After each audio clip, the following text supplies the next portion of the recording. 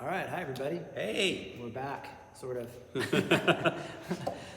And I think we're a little bit bummed this time because we're not live, but we'll be right back on the next one, I think, with the live when everybody's schedules coincide. But we're gonna do the best we can today and have some fun, right?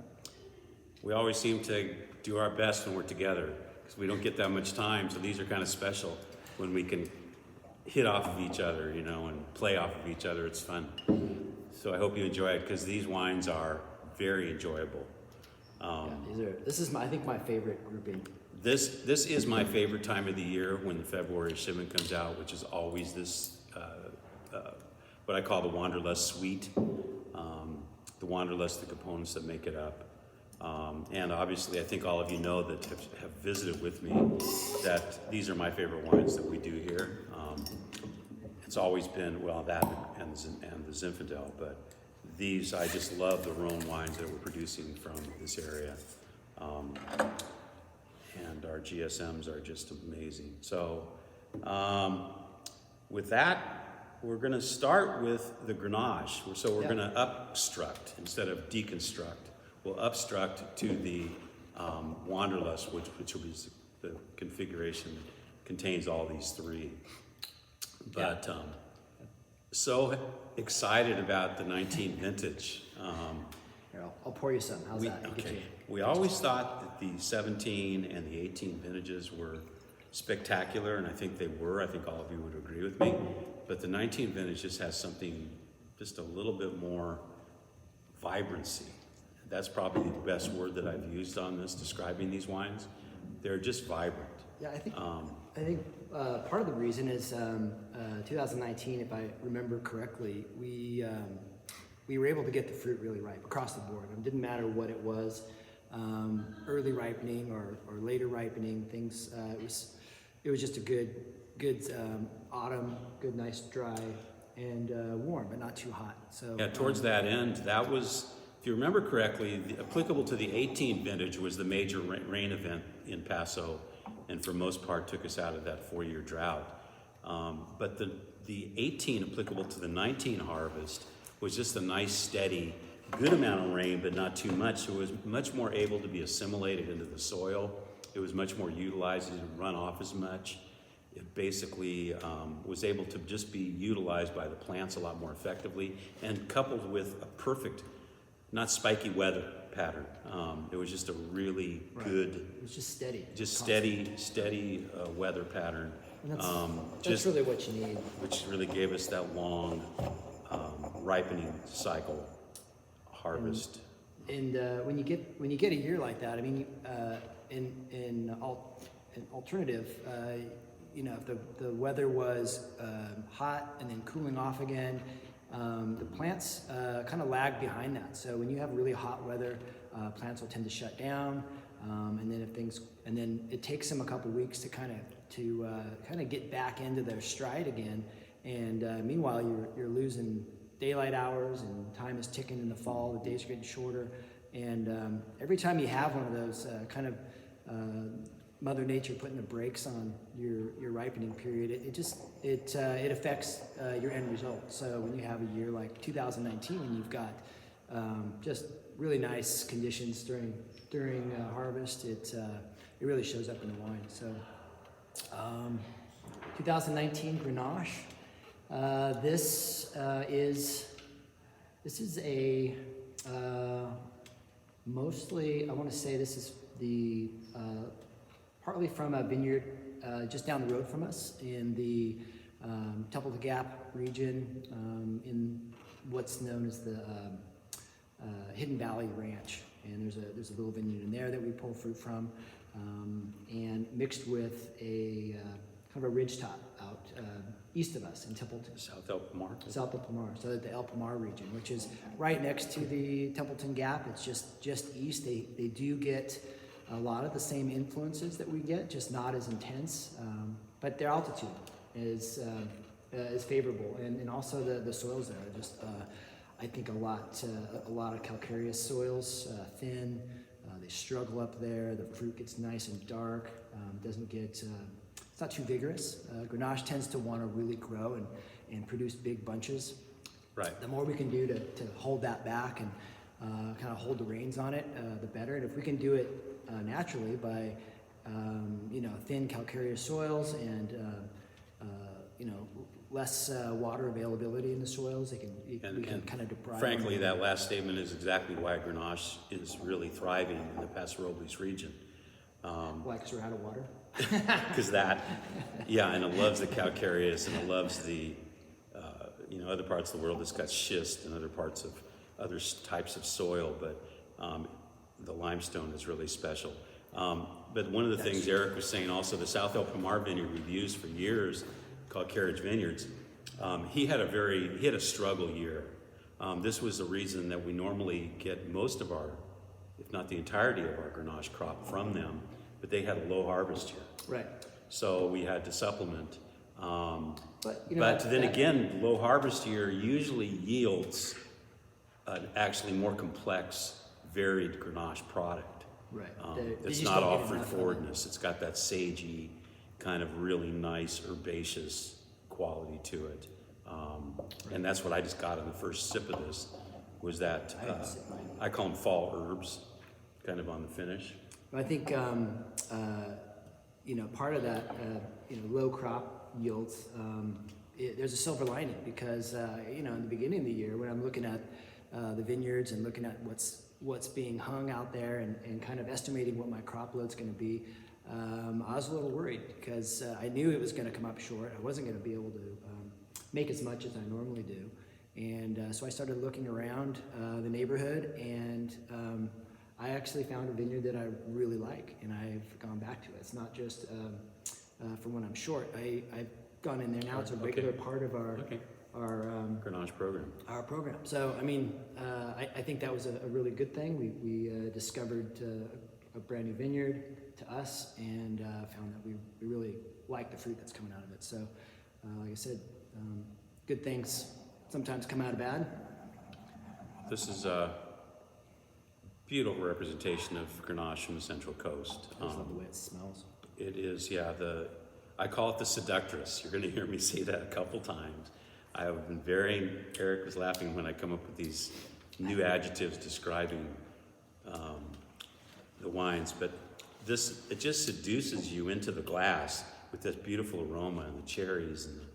And I was reading a wine blog the other day, and they were saying, we say cherry cola a lot of times in our, somebody said Dr. Pepper, and I was going to talk to you about that. Yeah. You can get a little bit of that when you do get it, tend to be on the ripe side of it. Yeah. I could see that, a little bit. That's the kind of descriptors my kids come up with. Oh, you're Dr. Sometimes I have my kids help me. So, I say smell this, and because you never know what they're going to say, and they're the naivete might be really something. You get tuned into certain descriptors and cherry and cola and kids will come up with a crazy descriptor that you maybe never heard of or have thought of until you might go, and then you're like, oh my god, what? It's in there. Yeah, bubblegum a lot of times. Bubblegum is not one of my favorite descriptors, and I have had bubblegummy, particularly Pinot Noirs, but this one. We made a rosé once that I thought was bubblegummy. Yeah, I just have those. A little too much. Those little league days with bazooka and those kind of things. But anyway, I really believe now. Wine Club, be careful on this. The Grenache is in very short supply. It is now limited. We're not even poured in the tasting room. As we reflected earlier, we don't have a lot of it this year. It was a shorter year. We needed to do what we could with the Wanderlust. As a result, even the Wanderlust is a little bit low in supply. So both these things are not really available to add on to your Wine Club shipment. But we will have more as soon as we can audit our freight forwarding operation for Wine Club. We'll see how much we have left, and then we'll put out bulletins. And I suggest you act really quickly. If you're a Grenache fan of Eric's Grenache like I am, we have a waiting list in the tasting room if you'd like to call and put your name on that, and you'll make sure you get first dibs at the at the excess that we have, which will not be a lot. It'll be very fleeting. It'll be gone very quickly, unfortunately. But it is this spectacular. Again, the vibrancy of this fruit and the seductiveness of this wine is just, I would take this, and all you guys know I'm kind of a Pinophile. I love my Pinot Noirs, but Grenache and Pinot have a lot in common, though. They do, Yeah. but this blows most of the Pinots that I drink out of the water. This is a beautiful representation of what, you know, when I owned the restaurant, I had all my sommeliers as servers, and we would always go feminine or masculine. I'd give them like 5 seconds to tell me if it's feminine or masculine. And this is on the kind of, maybe it's very applicable to this. This is kind of the LBGT, whatever. It's right on the spectrum of being, it's got the elegance of a lighter feminine, but it's got some of the aspects on the finish of the Mourvèdre of being on the masculine. I would have to say, I'd say it's more on the feminine side a little bit, although it's not transparent. It's got some nice color to it, and the Mourvèdre contributed to that. But the Syrah on the mid palate just really enhances the invitingness of the Grenache. I think it's lovely.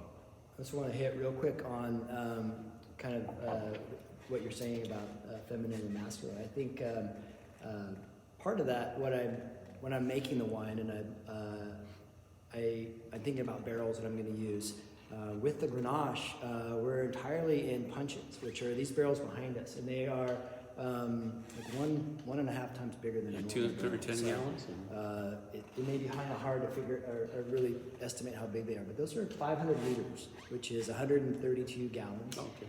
And the reason I use those is for that prettier aspect of the wine. And what they tend to do is not overpower the wines. Grenache is more like Pinot, and it can be delicate fruit. And what I've noticed is that after we press it, it's really hard when you look at Grenache. It hasn't fully developed. And even the color, I feel, develops in that barrel. It's like a Polaroid picture. You really, it's hard to tell what you've got until you let that wine age for a few months. And these barrels are great at that. It's got a bigger surface area because of the size, and Do you still select a tighter grain? Yeah, so these are French oak, tighter grain barrels. We age them for about, Grenache isn't, super long age, but we do about 15 months. And since they're bigger, they're burgundy shaped, so they're closer to round, and that gives them more surface area on the inside. Or when it's that big, compared to a smaller barrel, you're actually getting less oak impact. So you don't overpower the wines with the oak, and you're able to put a Grenache in a brand new oak barrel, whereas if you put a Grenache in a brand new smaller barrel, regular burgundy sized barrel, it'd be oaky, and it would really, I think, overpower that fruit. What we're trying to bring forward with these bigger barrels, that pretty quality, the floral aspect of it, right. the delicate fruit that you get, and that would... that's what's lovely on this, is that floral aspect. And that really does I mean, the trick. it's like violets or lilac or something like that. It's got that beautiful lilting floral quality that's just very inviting. Again, that's the seductress. You'll probably hear me. But really happy with this one. I don't know, every Grenache, I think, somebody asked, how's it compared to the 18, and it's a year younger, so it's going to be a little bit more juvenile. But at the same time, what it's lacking in maturity, I think it really shines with the fruit and the aromas. It's all there. I think this wine is going to probably in another year really blossom. And if you can hang on to it, or if it's laying around somewhere and you can grab it, then I think it's really going to be nice in another year.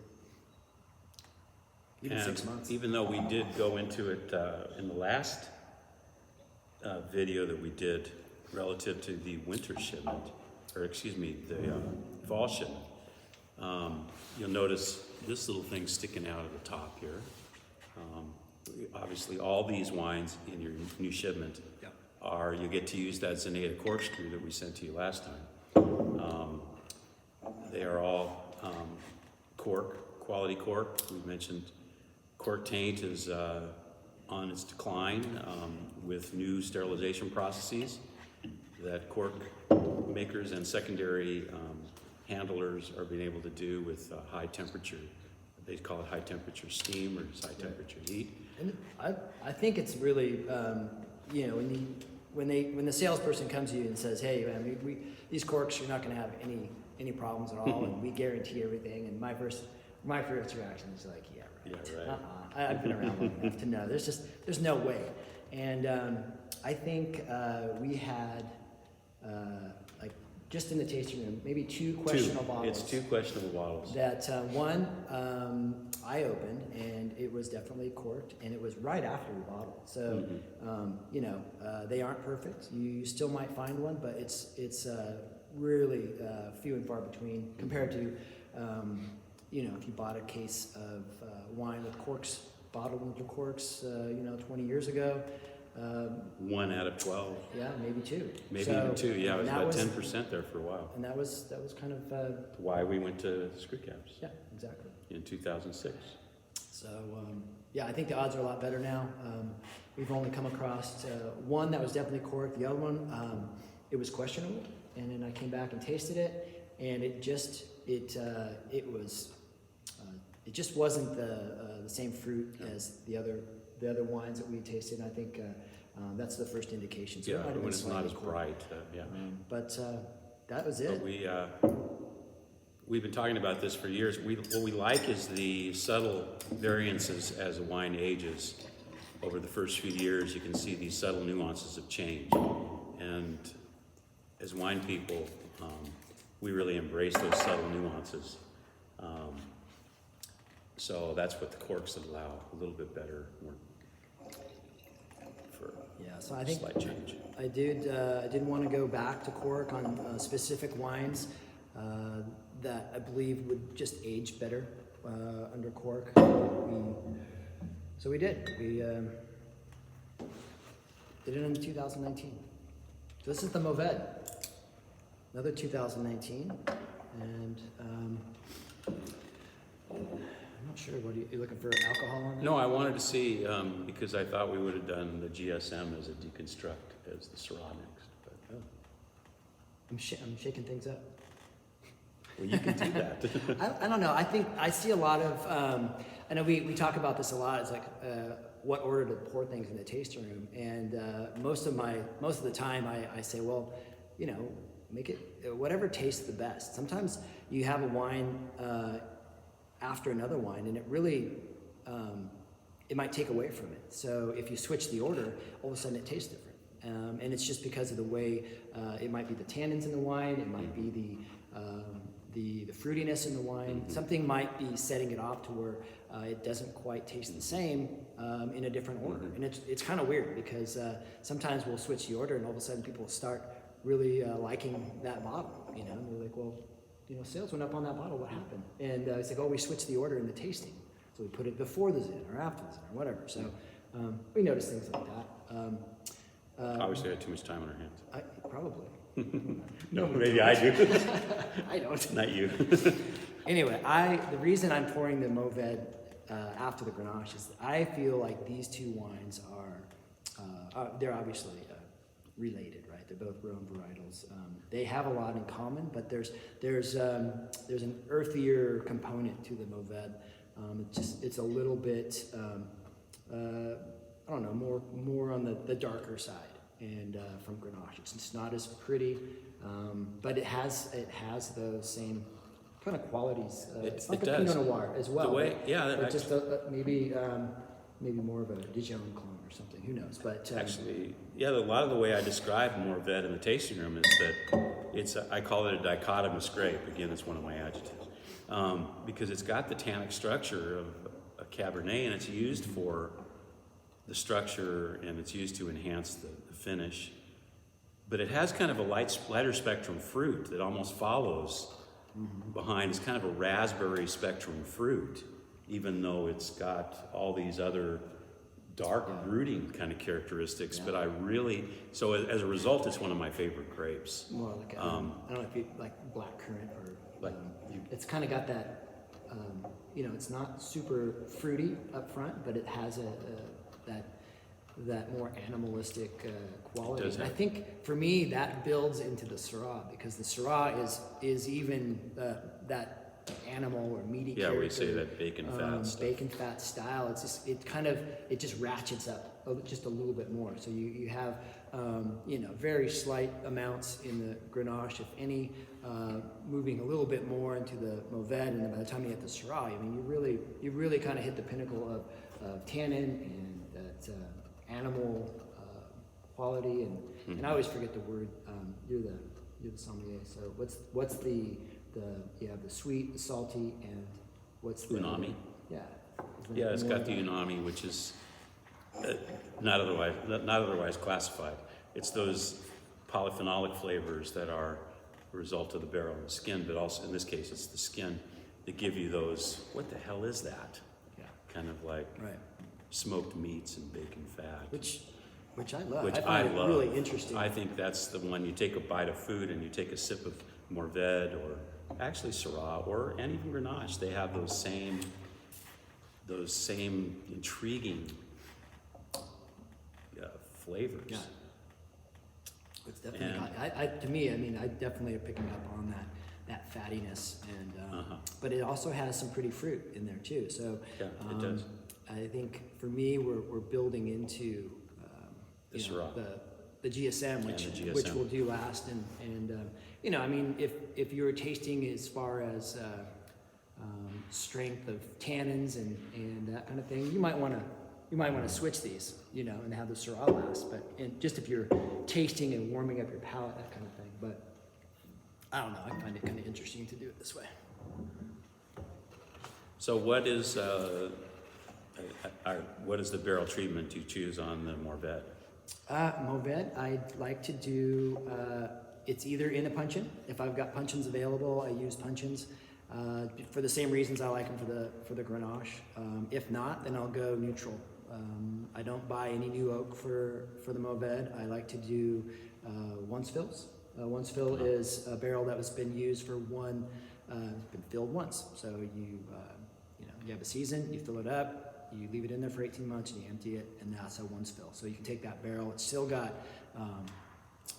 life to it. A little bit You of still elegance have, to it, and some softening characters, some carbohydrates in the oak. Yeah, and you're still going to get a little bit of that extract from that oak, that flavor that we like, the smokiness. And then the rest of the barrel, it still works as it did when it's new. You're still getting the aging component in this, the oxidation, just from being in the barrel. So this is one that we have a little bit more because we didn't have as much Grenache. We have a little bit more Mourvèdre because we didn't have enough Grenache to add into the Wanderlust, the GSM. So we have a little bit more Mourvèdre. We are pouring in the tasting room currently. We anticipate we will have it for a little while. It is available to add on in limited quantity to your wine club. You can add 2 extra bottles of Mourvèdre to your wine club. And I would suggest you take advantage of that. I know a lot of you out there are Mourvèdre fans because we don't always have it. Right. We had it in 15, and we didn't have it in 16 and 17 by itself, and we had it in 18. And we don't. But we never have that much. We don't have it. We don't have it for 20. Yeah, and it's we're at the mercy of Mother Nature and the vineyard, and we don't grow this. That's one of the we reasons that plant Eric did plant the So Mourvèdre. we can get a little bit more, but So we will have that. That'll be another 2 years out. this is still a Templeton Gap Mourvèdre vineyard. It comes from vineyard just over the hill from us to the south, and it's Onyx Vineyard. it's owned by the Onyx Winery. So I would say they do a tremendous job. That vineyard is beautiful out there, And we have a good relationship with Onyx because they made their wines here as part of our custom crush program for 10 years, even longer than that even. well, maybe not longer, Yeah, but but Philip is the longest, Yeah. but then maybe 8 years. yeah. So they do a great job, and I like the wines that they're making, and the fruit that comes off their vineyard is just top notch. So Mourvèdre. I always say French when I was over there a lot. Say Mourvèdre, and I was thinking maybe it's just because I'm an American. They always go Mourvèdre, like. You're actually saying that little. You don't really. It's there, but the arty. It just kind of. It's kind of hard. It just kind of disappears. It just kind of. It just kind of fades out. So, we might say Mourvèdre, but Mourvèdre. It's that there's a little at the end. There's a little low on the end. Yeah. So it's too hard for me. I think at some point in the past I have some French relatives, but it's been a while. It's a little farther back, so I kind of lost my ability to. You know that actually Mourvèdre is actually a descendant from Monastrell. Actually, it's originally a Spanish grape. Way back hundreds of years ago, the French took it down into Châteauneuf-du-Pape, and it is now considered what's called a Royal Rhone, one of the 19 that are accredited. But it is really a Spanish grape, and it's called Mataro in Portugal and parts of western Spain. But it's Monastrell for the most part in Spain. Did you know that was the clone that we planted? We planted the Monastrell? We planted the 1069, which was pulled out of old vineyards in Spain. Nice. Yeah. Nice. I did not even know that. I did that on purpose. You did it for me? Well, I didn't do it. I did it for both of us. But, I think that our climates, Spain and California, are very similar. And a lot of that comes from Ribera del Duero, which is kind of the center north, which is very akin to Paso climate and topography and everything. That's probably why I loved it. I went there and decided that those wines were my favorite. Those are my favorite region. Yeah. Everybody else is Rioja. I know, it's no way. So anyway, Ribera del Duero. Cheers. Cheers, man. Happy New Year, everyone. Yeah, Happy New Year. I don't have much time it's been a blur. So 2019 Syrah. And this is a little bit of estate fruit we got here. This is all estate, isn't it? Yeah. And this is both the hillside and the hell block. It's a blend of our estate Syrah here. So exciting! The hell block is really coming on now again. Yeah, we've been working on it. It really is. We have to change the name. Yeah, exactly. I have to change the name. I don't know if I'm just lucky or maybe my ticket's going to get punched this year, but we haven't had a frost out there in a few years. So we've been getting... and it's been cold here. It's been cold, but it's been cold at the right times and not at the wrong times. So springtime is the wrong time when we have little buds pushing out and little tiny flowers which can't really protect themselves from the cold. If we get a frost, those guys die and we lose all the fruit for the year. And so we really don't want that to happen. But we've been lucky. And that's a fairly exposed vineyard out there. Yeah, it's on the far west side. We've got open grass fields, hay fields around that vineyard, and all that air drains down. So it's kind of at the bottom of. It's not a big hill, but it's a swale, and it all of that cold air comes down, and you go out there early in the morning and you feel it. I mean, it's colder out there than it is here at the winery. That's what. It's really strange. We've taken temperatures, and it's at least. So it's a microclimate upon itself, then. Yeah. A little bit different than. Yeah. The old farmer that used to farm here back in the 80s, he told me he said, "What are you going to plant out there?" And I was like, "Oh, probably plant this or that." And he says, "Well, just know it's the coldest spot on the ranch." And I'm like, I don't know. That's when you're still wet behind the ears. Wet behind the ears, punk, and he was the old farmer. So now we know who was right. The old farmer's always right. It's just. But it's it was so bad that what was it 5 or 6 years ago we lost most of that? No, it was longer than that. 7 or 8 years. It was ago. we did have a frost incident out there that really was that 7 years ago. Something like that. See, I mean, it's been a while, so I'm wondering if my ticket's going to get punched this year, or or maybe there's something to We can make it till the April global 1st. warming. Who knows? I mean, if it's going to warm that vineyard up enough to where it doesn't freeze anymore, keep driving my visionary. truck. Let's keep flooring my truck and put more diesel in it. I guess I don't know. Anyway, this is an exquisite Syrah, and what this does to that blend that we're getting to the Wanderlust, which is the culmination of all this. This is the peppery, mid-palate, thought-scratching, or head-scratching, thought-provoking element of that actually contributes to the finish, but it also contributes to the front. Yeah.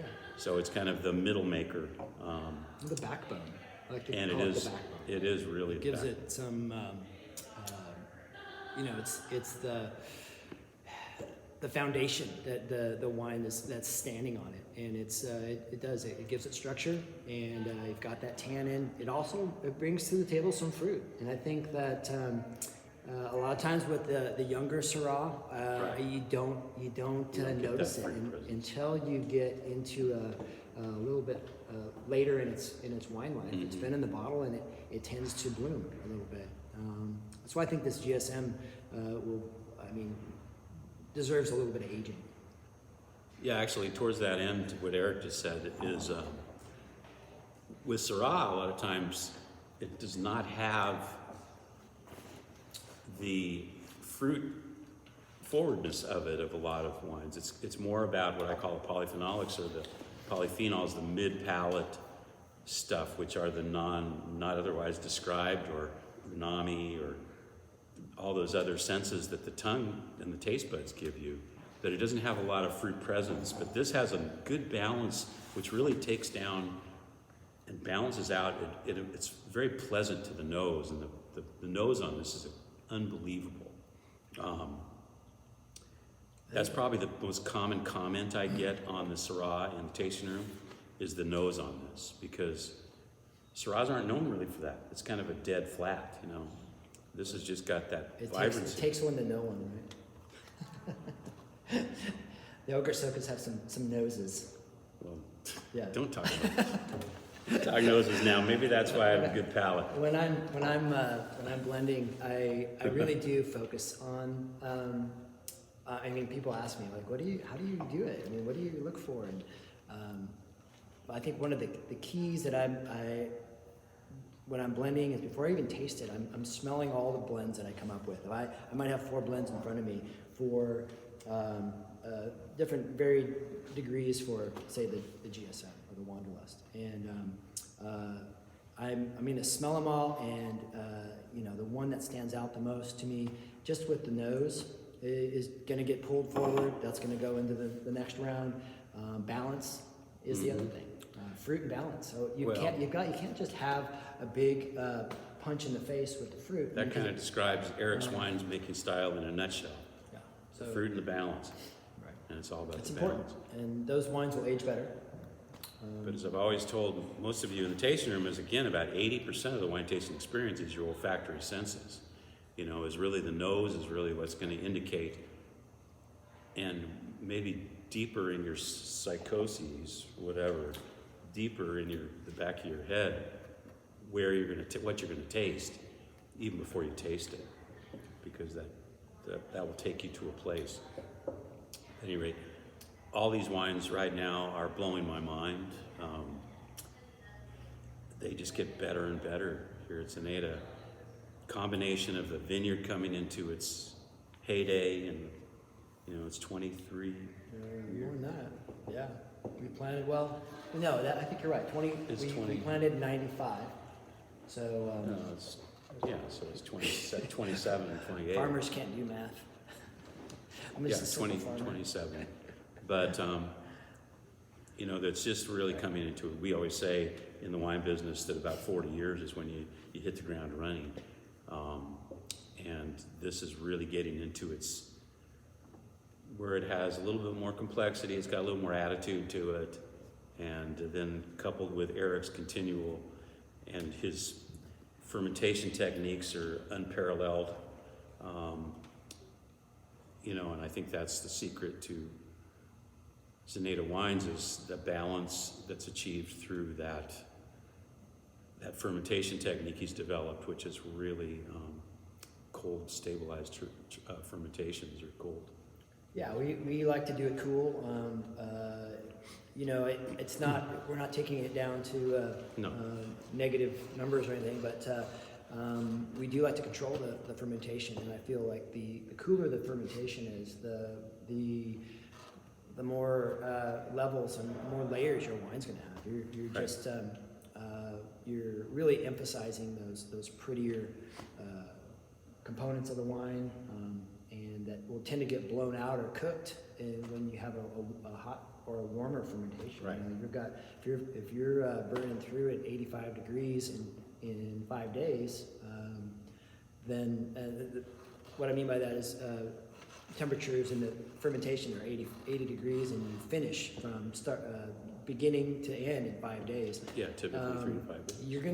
You might end up with a really jammy kind of wine, but those wines won't have the balance. They won't be age worthy, and they'll be lacking. I think, and you taste them, you're like, wow, it's got a lot They of fruit. definitely lack and the then complexity. It yeah. just falls off a cliff.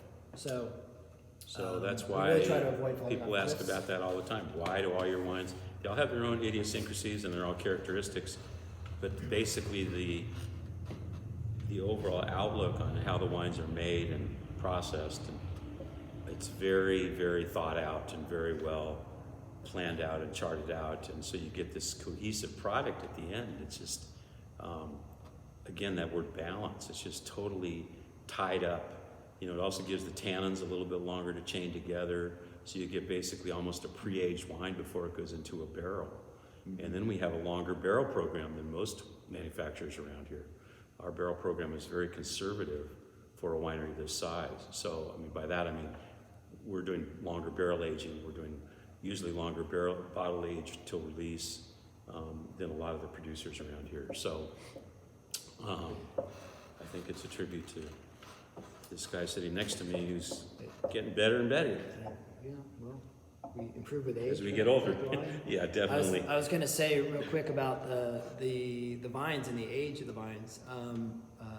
The bankers don't understand the aspect of you know, as these vines get older, they tend to look at them as they're losing their viability, right? They'll say stuff like, well, the vineyard's 25 years old, and you're losing the viability of the vineyard, and it's past its prime, and it's like, you know, well, sure, if you're out there to produce 6 tons of the acre, and just, you know, fill the trucks up when they come, then yeah, it is. But if you're a winemaker and you care about what you're doing, as those vines age and they start to they produce less and less every year, and our vines naturally, I mean, the Syrah, I think we're at maybe 1 ton to 1.5 tons per Right. acre. That's its max. That's all it wants to do. That's all it can do. The Zinfandel, it tends to be a little bit more Rambunctious. prolific, so we still have to go out there and Thin it.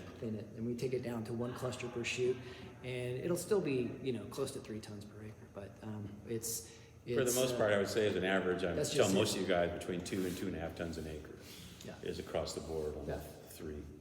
and that's But and except for this last year with Zinfandel. yeah, I mean, but you know, Yeah, the vines on a whole, as they age, the fruit just takes on that maturity, and it might not be producing as much as it was when in its younger days, but the fruit that it's producing is much higher quality, and that's the part that you know, it's my Bankers job don't to understand. you know, convince the bankers that yes, this is what's happening, and these vines are like you know, gold out there, because they produce better and better every year, and I wouldn't pull them out just because they're not. Those of you who producing haven't been here lately, the vineyard is looking exquisite. I mean, I'm really enthralled by how the vineyard is looking, and the it's just it's only getting better and better. Well, that's in part due to our expert vineyard staff, right? Yeah, Eric and Jaime. Eric and Jaime. Jaime's out there right now, supervising, making sure things are going well. Right now, being end of January and going into February, we're starting to think about pruning, and so we're kind of prepping for that. And a lot of people ask that. That's a good thing, subject to touch on.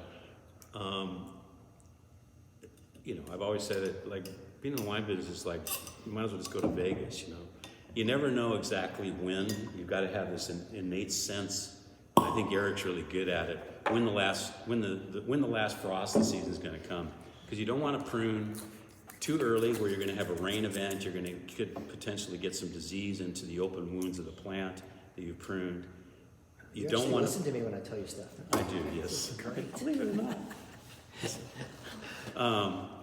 But also, you don't want to prune, obviously, and then have a frost coming when you're getting bud break.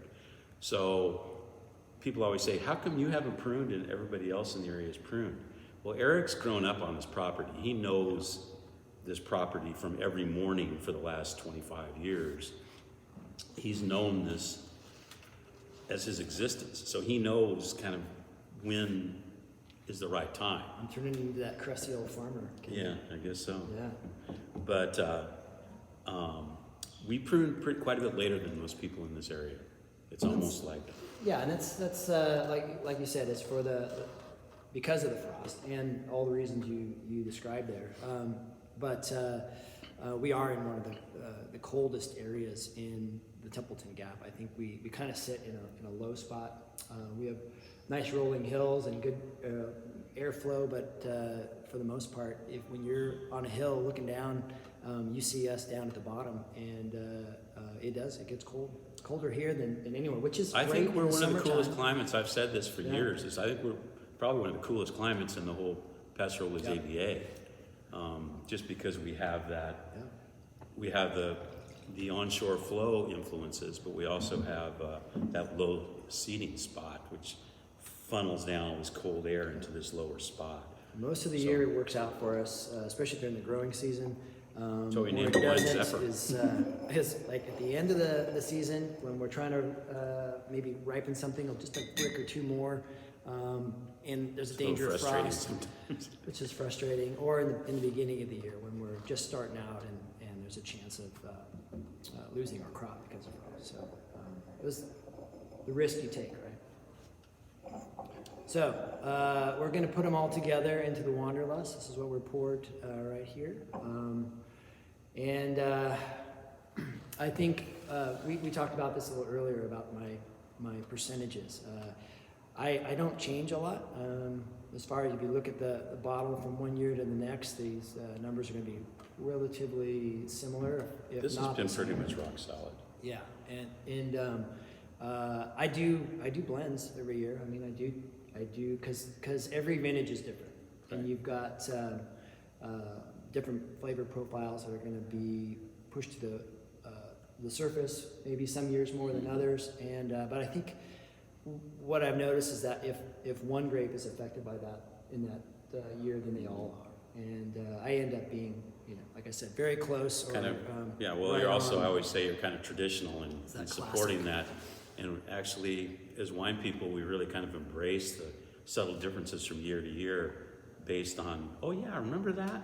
Remember that cold spell right before harvest? Remember how it was too hot right before we were, all those little idiosyncrasies go into the subtle nuances from year to year. So, but it's like 50%. it's always 35, 50, 35, and 15. 15 Mourvèdre. I did some research knowing I was going to do this, and I was down visiting my grandkids this last 3 days.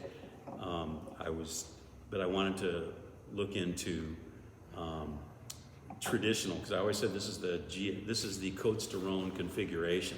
So I wanted to verify that. So I went in, and they said that anything, it's always almost 2-to-1 Grenache to Syrah is the traditional approach. Mm-hmm. And then whatever's left. Mourvèdre typically is between 10 and 20% at the end. But the Grenache is typically 45 to 60%. This is 50, 25, 50, 35, and 15. So we're right in the Côtes du Rhône standard. When these grapes were put together generations ago, this was intended to be what it is. This is intended to be inviting. Again, the seductress asks you in, the Syrah keeps you company, and the Mourvèdre closes the door when you leave. That's awesome. You know, it's just amazing how it's just the match made in heaven. These three grapes are there's just... a reason why that it's a classic, right? It's- It works. And when you taste through these wines the way we did today, and we open every bottle and really see the progression and build on each wine, or see how each wine builds on the next until you get to the top here, it really is apparent that there is a balance there, and it's the makeup, the final makeup of the Wanderlust with the classic blends are it's built that way for balance, for fruit, and it's everything that we're about, really. You know what I'm really embracing on this is the Syrah and the Mourvèdre ganging up on the finish, which I haven't really noticed before, but the two are just, gives you that really pleasant, long finish. Yeah, that's a big deal to me. I mean, I like a wine. The finish on a wine has to be, for me to have a favorite, for a wine to be my favorite, I really want that. That's that the fruit very, needs to very be back there. of my tongue. And that it needs to linger. It needs. I mean, it's still, for me, it's still going. It's still there. Yeah. So I'm still tasting that. It's just fading away, and it's that's what you look for, and that tells me that wine's gonna age nicely. It's gonna be it's with the balance of the fruit and the acid, that fruit's Again, gonna hang on. you guys don't think, because this is actually one of maybe the second or third time I've tried this, because we're not pouring in the tasting room. We don't have enough of it. So this is a treat for me too. God, this is really good. In fact, I like it too. I'm kind of blown away. Yeah, I mean, really, I love that finish. Well, I hope you guys will enjoy it too.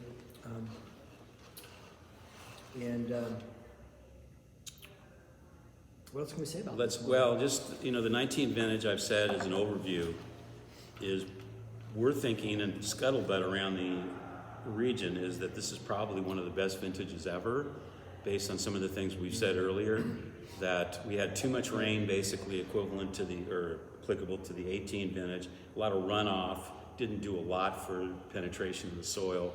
We got a good amount of rain for applicable to the 19 vintage, in addition to a really perfect weather pattern. So we had great yields. There was actually a glut of fruit in the area, so with the exception of Grenache.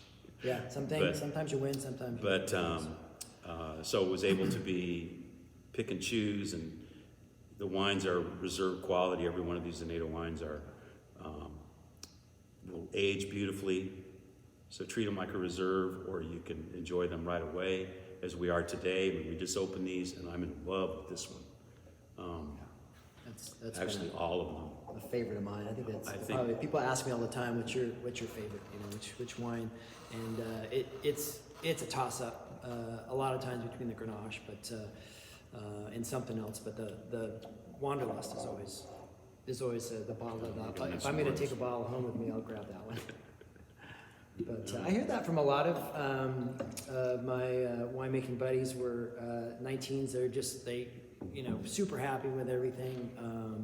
These wines mostly are bottled and are out there, and people are really happy with them. This one, by the way, did great get a scores 90, on them. 93.